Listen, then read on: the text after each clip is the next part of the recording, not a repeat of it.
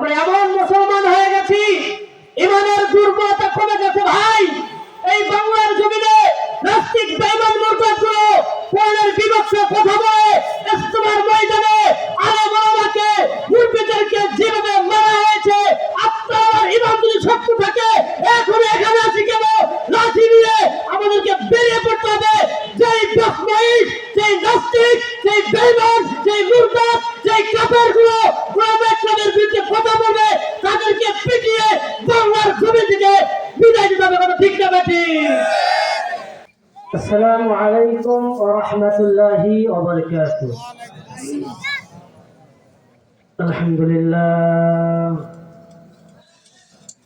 আলহামদুলিল্লাহ নাহমাদুহু ওয়া নাস্তাঈনুহু ওয়া নাস্তাগফিরুহ ওয়া নাউযু বিল্লাহি মিন শুরুরি আনফুসিনা ওয়া মিন সাইয়্যাতি আমালিনা ونشهد أن لا إله إلا الله وحده لا شريك له ونشهد أن سيدنا وسندنا وحبيبنا ومولانا محمد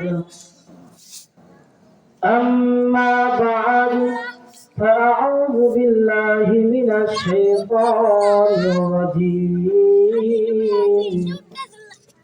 بسم الله الرحمن الرحيم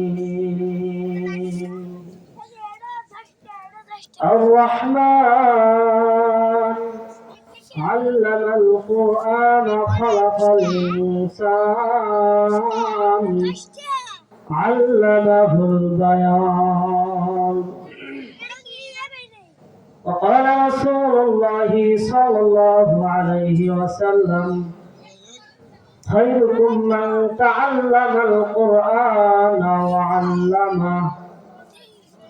সম্মানিত উপস্থিতি, সর্বপ্রথম আল্লাহ তাআলার আলিশান দরবারে লাখ কোটি শুকরিয়া জানাই যে আল্লাহ পাক রব্বুল আলামিন দুনিয়ার ফিতনা ফাসাদ থেকে ফারেক করে ইসলামী একটা মহা সম্মেলনের ভিতরে যেখানে এসে কিছু কথা শোনার জন্য অপেক্ষা করলে আল্লাহ পাক রব্বুল আলামিন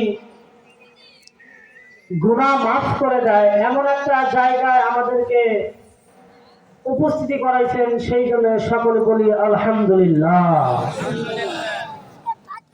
এটা হচ্ছে জান্নাতের বাগান। কিসের বাগান? আমি সংক্ষিপ্ত আলোচনা করব। আমার পূর্বে আলহামদুলিল্লাহ অনেক সুন্দর আলোচনা করেছেন। এটা হচ্ছে জান্নাতের বাগান। এখানে যে আপনারা আসছেন টাকার জন্য আসছেন, পয়সার জন্য আসছেন, কিছুর জন্য আসেন নাই। ফেরেশতারা চতুর্পাশে দাঁড়ায় রয়েছে।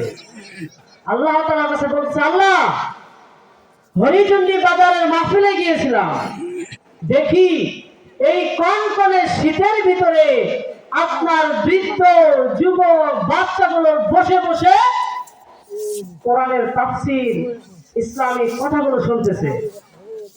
আল্লাহ বলতেছে, ফেরেশতা লেখা রাখো, লেখা রাখো, হাসরের ময়দানে আমি দেখে দেখে বলবো তাদেরকে জান্নাত দিয়ে দাও। সুবহানাল্লাহ। এই জন্য আমরা এখানে আসছি, শুধু আল্লাহ তাআলার ভালোবাসার জন্য এখানে আসছি। নিজের সময়কে নষ্ট করে, নিজের অর্থ খরচ করে এখানে আসার কারণই হচ্ছে একমাত্র আল্লাহ তাআলার ভালোবাসা পাওয়া। কথা ঠিক না বেঠিক? প্রিয় সুধী, আল্লাহ পাক রব্বুল আলামিন এই জন্যই আমাদেরকে সৃষ্টি করেছেন, সৃষ্টি করে দুনিয়ার বুকে পাঠিয়ে দিয়েছেন। এখন আমরা যে আল্লাহ তাআলার ইবাদত করব, আল্লাহ তাআলাকে চিনব, কিভাবে চিনব? এই জন্য নবী করিম সাল্লাল্লাহু আলাইহি সাল্লামকে আমাদের শ্রেষ্ঠ নবী বানিয়ে দিলেন। নবী করিম সাল্লাল্লাহু আলাইহি সাল্লাম আমাদেরকে শিক্ষা দিবেন। কোথা থেকে শিক্ষা দিবেন? এই জন্যই আল্লাহ তাআলা নবী করিম সাল্লাল্লাহু আলাইহি সাল্লামের উপর একটা কিতাব দান করেছেন। ওই কিতাবের নাম হচ্ছে আল কোরআন। কিতাবের নাম কি? মানুষ যদি এই কোরআনের আইন অনুযায়ী কোরআনের নিয়ম শৃঙ্খলার ভিতরে চলাফেরা করে, তাহলেই তার জন্য রয়েছে জান্নাত। কি রয়েছে? জান্নাত রয়েছে তার জন্যই।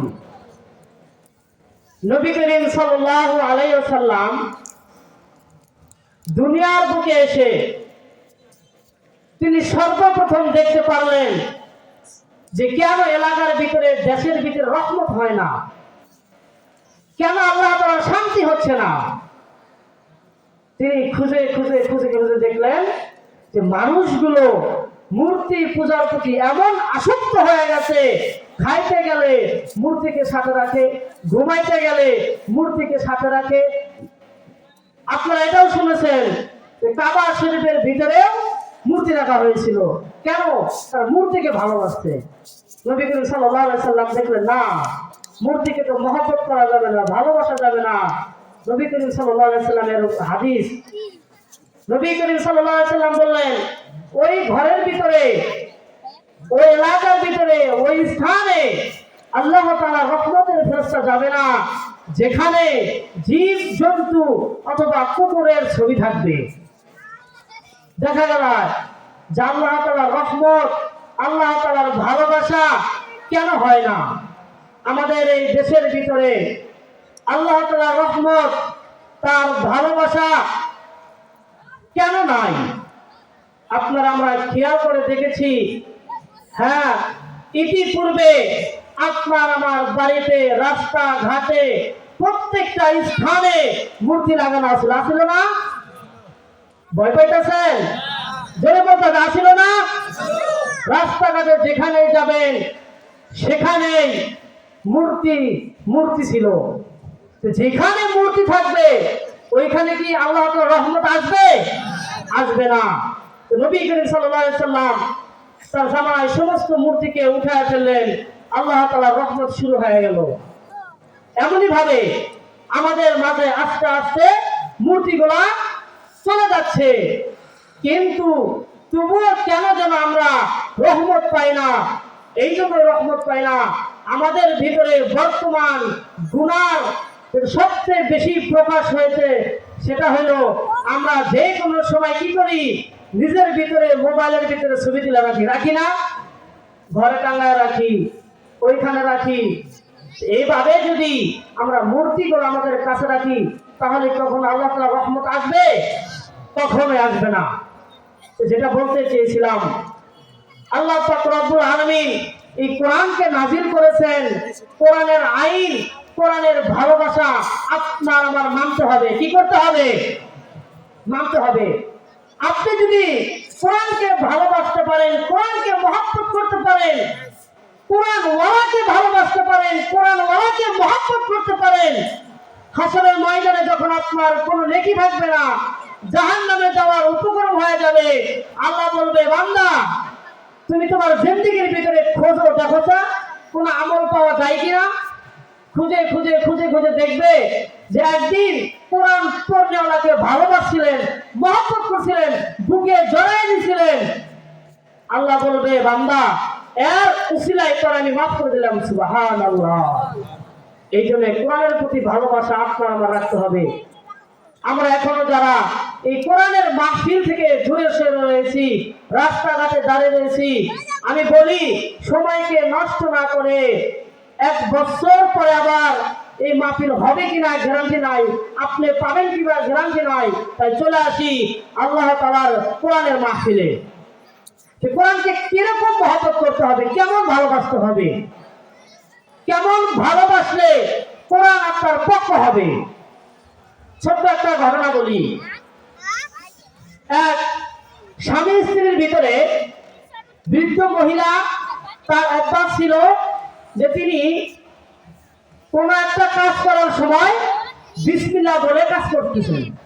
ভাত খাবে, বিসমিল্লাহ বলে, ওযু করবে, বিসমিল্লাহ বলে, কাজ করবে, বিসমিল্লাহ বলে। ওই মহিলার স্বামী মুনাফিক ছিলেন, তার এটা পছন্দ হয় নাই।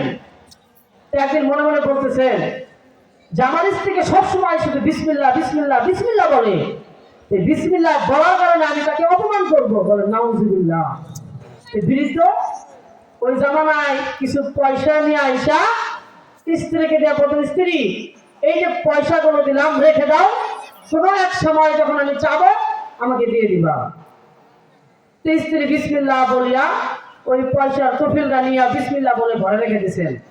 বৃদ্ধ চুপি চুপি করে দেখতেছেন, দেখে যে কোন জায়গায় টাকাটা রাখতেছে।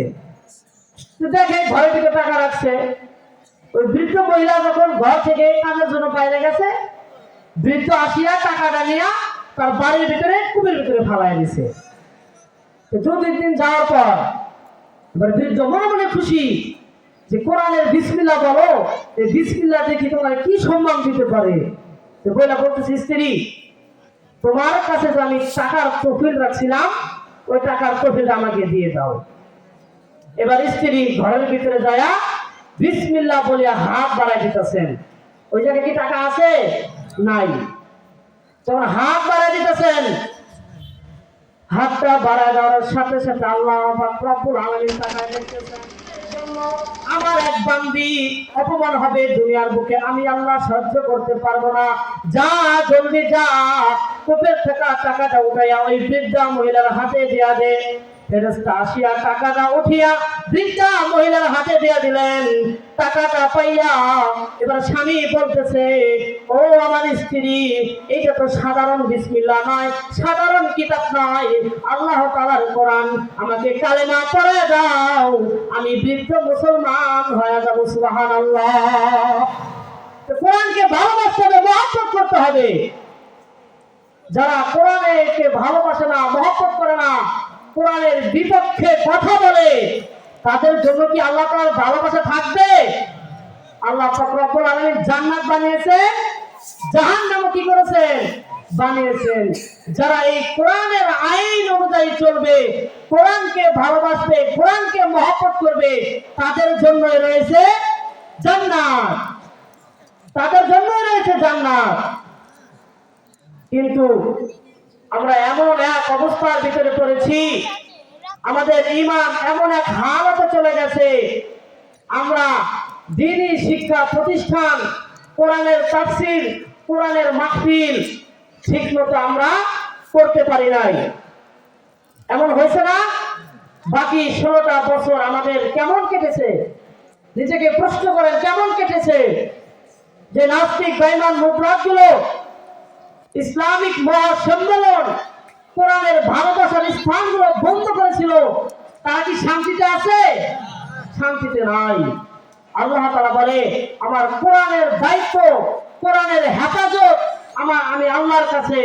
আল্লাহ বলতেছে, তুমি মুসলমান হয়েও যদি আমার কোরআনকে ভালো না বাসো, কোরআনকে মহব্বত না করো, আমি ইহুদি নাসারা খ্রিস্টানকে মুসলমান বানিয়ে কোরআনকে হেফাজত করার দায়িত্ব নেব। সুবহানাল্লাহ।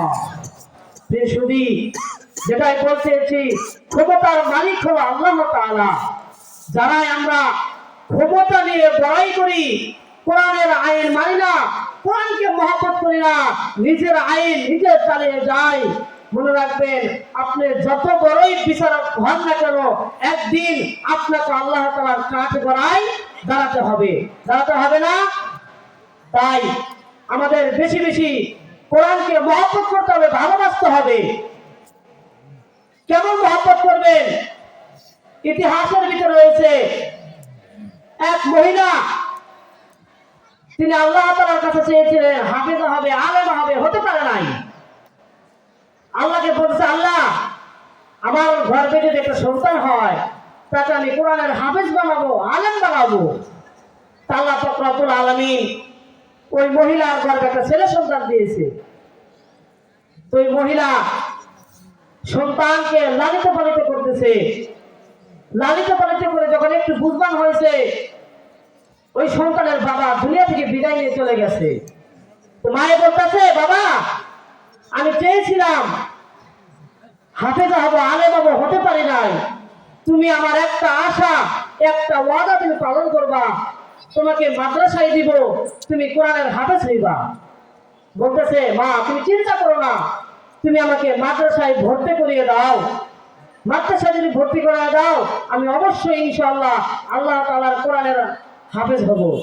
মায়ে কষ্ট করে মানুষের বাড়িতে কাজ করে সন্তানকে মাদ্রাসায় দিছে। সন্তান দীর্ঘদিন লেখাপড়া করার পর হাতে ছেড়ে বাড়িতে আসছে, এসে দেখে মায়ে অনেক অসুস্থ। মায়ে কান্না করতেছে, বলতেছে বাবা আমার এমন একটা রোগ হয়েছে, হয়তো বেশি দিন আমি দুনিয়ার বুকে বাঁচবো না। আমি তো আশা করেছিলাম তোমাকে আলেম বানাবো, এই যে আমার কাছে কিছু পয়সা রয়েছে এগুলো নাও, তুমি আলেম হইবা। যদি আলেম না হতে পারো দুনিয়ায় হকের সাথে থাকবা, হক ব্যবসা করবা, হারাম পথে কখনো যাইবা না। যাই হোক, ওই সন্তান হেফজ শেষ করেছে, আলেম হতে পারে নাই, কিন্তু বাজারের ভিতরে একটা হক ছোট্টখাটো একটা ব্যবসা দিছে, মোট কথা হকের পথে থাকে।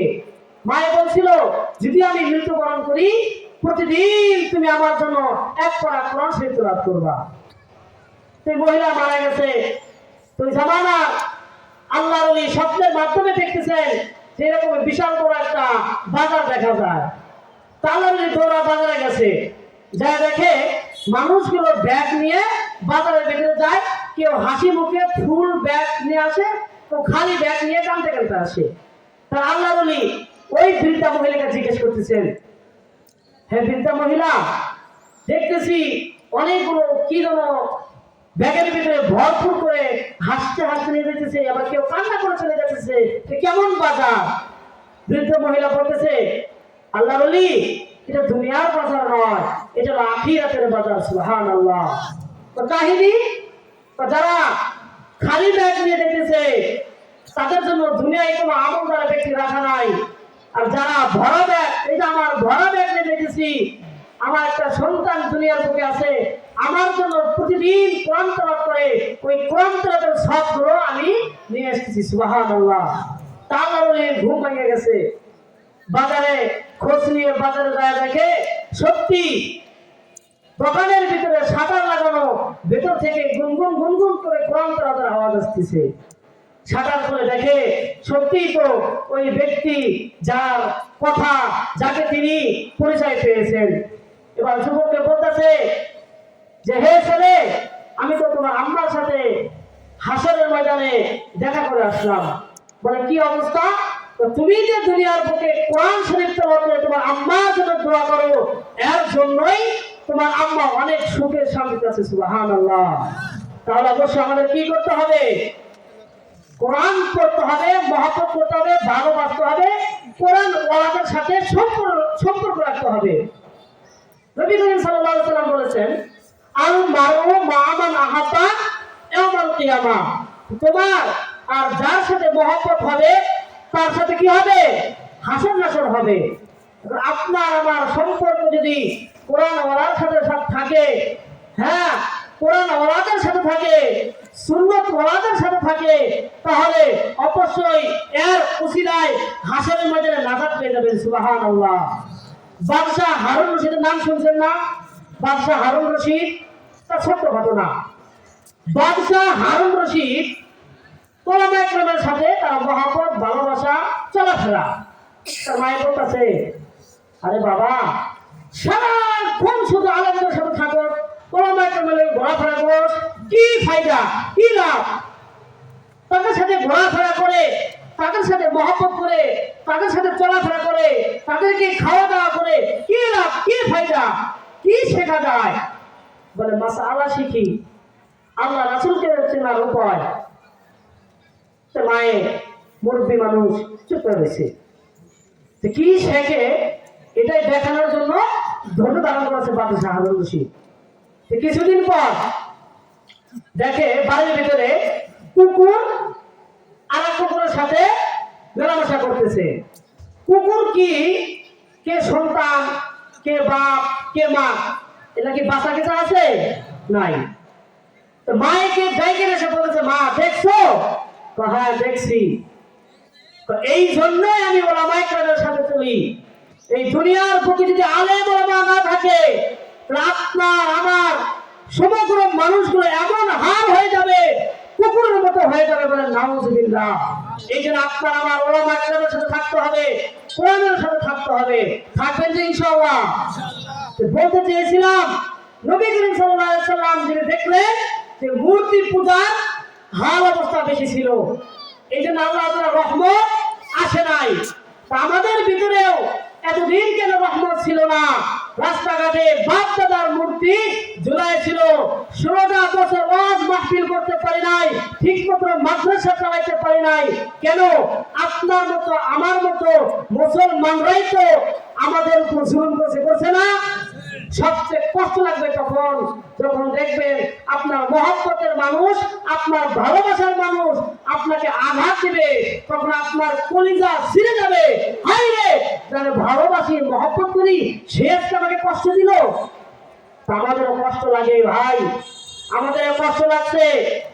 এতটা বছর তারা আমাদের উপর জুলুম নির্যাতন অত্যাচার করেছে, তারা কিন্তু এখন শান্তিতে নাই, আছে। আল্লাহ তাআলা তাদেরকেও শান্তিতে রেখেছেন।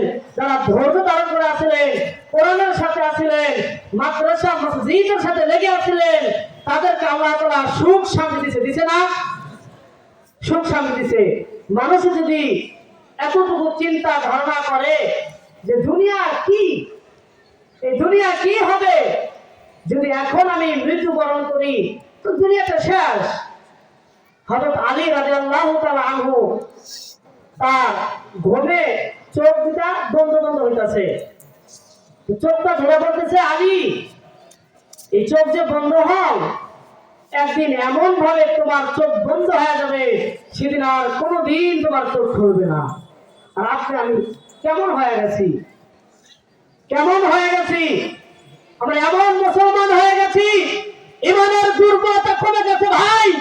এই বাংলার জমিনে নাস্তিক বেঈমান মুরতাদগুলো কোরআনের বিপক্ষে কথা বলে ইজতিমার ময়দানে আলেম ওলামাকে মুরতাদদেরকে যেভাবে মারা হয়েছে, আপনার ইমান যদি শক্ত থাকে এখন এখানে আছি কেন? লাঠি নিয়ে আমাদেরকে বেরিয়ে পড়তে হবে। যেই বেঈমান, যেই নাস্তিক, যেই বেঈমান, যেই মুরতাদ, যেই কাফেরগুলো কোরআনের বিরুদ্ধে কথা বলবে, তাদেরকে পিটিয়ে বাংলার জমি থেকে বিদায় দিতে হবে। কথা ঠিক না বেটি? আমি আপনি কেমন মুসলমান, কি জবাব দিবেন? আল্লাহ আমার কাছে কি জবাব দিবেন? আপনাকে যদি নবী জিজ্ঞেস করে, হে আল্লাহর বান্দা, আমি তোমার নবী ছিলাম, তুমি আমার উম্মত ছিলা, তোমার পার্শ্ববর্তীতে মুসলমানরা কষ্ট করছে, মুসলমানরা নির্যাতন হয়েছে, ঘরে বসেছিল, কি করছো তুমি? কি জবাব দিবেন তখন? এই জন্যই আল্লাহ তাআলার কাছে যেন আমাদের জবাব না দিতে হয়, এই ব্যবস্থা আপনার আমার নিজেরই করতে হবে। মুসলমান হয়েছি, নামের সাথে মুসলমান হয়েছি, মুসলমানিত্ব আমাদেরকে বজায় রাখতে হবে। ওমর ফারুক রাদিয়াল্লাহু তাআলা আনহু তার জামানার ভিতরে ইমানের পরীক্ষা নেওয়ার জন্য ওমর রাদিয়াল্লাহু তাআলা আনহু বেরিয়ে পড়ে রাস্তার ভিতরে ছদ্মবেশে। তিনি দেখে একটা যুবক মাঠের ভিতরে কিছু ছাগলকে ঘাস করে দিচ্ছেন।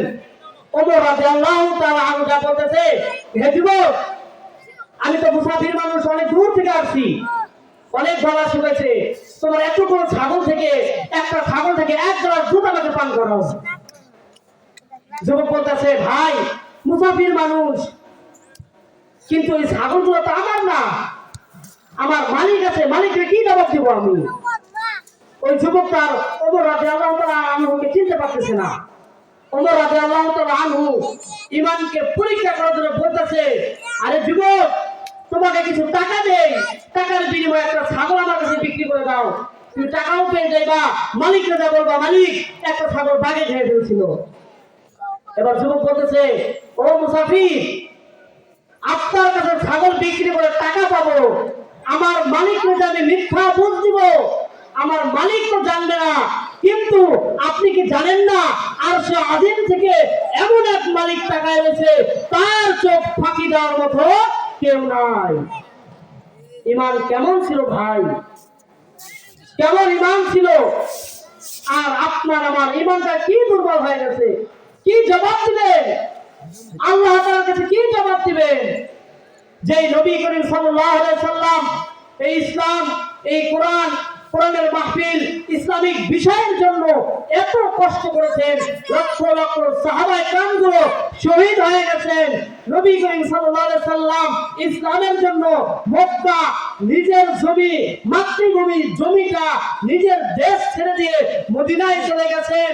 যেই নবী করিম সাল্লাল্লাহু আলাইহি সাল্লাম ইসলামের জন্য কাফেরদের কাছে মার খেয়েছেন, তবু ইসলাম ছাড়েন নাই, মুসলমানের ধারে ধারে গিয়ে কোরআনের দাওয়াত দেওয়া বাকি রাখে নাই। ওই নবীর আমরা উম্মত, হাসরের ময়দানে জিজ্ঞেস করা হয়, হে আল্লাহর বান্দা, হে আখির নবীর উম্মত, কি নিয়ে আসছো, কি নিয়ে জান্নাতে যাবা, কি দেখাবেন আল্লাহ তাআলার কাছে? এই জন্য বলা হয়েছে আল মারু মা মান আহাব্বা ইয়াউমাল কিয়ামা, মহব্বত রাখতে হবে তাদের সাথে যাদের সাথে মহব্বত রাখলে এর উসিলায় আল্লাহ তাআলা কি দিয়ে দিবেন? জান্নাত দিয়ে দিবেন। মহব্বত রাখতে হবে আল্লাহ তাআলা রাসূলের সাথে। বলতে পারেন যে আল্লাহ তাআলা রাসূল তো নাই, সাহাবায়ে কেরাম নাই, তো কার সাথে মহব্বত রাখবো? মহব্বত রাখতে হবে ইন্নাল উলামা ওয়ারাসাতুল আম্বিয়া। নবী করিম সাল্লাল্লাহু আলাইহি ওয়াসাল্লাম বলেছেন যে উলামায়ে কেরামগুলো হলো নবী রাসূলদের ওয়ারিস। যারা উলামায়ে কেরামের সাথে মহব্বত ও মিলেমিশে থাকবে, উলামায়ে কেরামকে ভালোবাসবে, কোরআনকে মহব্বত করবে, কোরআনকে ভালোবাসবে, এর উসিলায় আল্লাহ তাআলা কি দিয়ে দিবেন? জান্নাত দিয়ে দিবেন। জান্নাত দিয়ে দিবেন। হাসরের ময়দানে যেই সমস্ত বাবারা, মারা তাদের সন্তানকে সুশিক্ষা দিতে পারছেন, কোরআনের হাফেজ বানাইতে পারছেন, তাদের জন্য কত সৌভাগ্যবান, কত।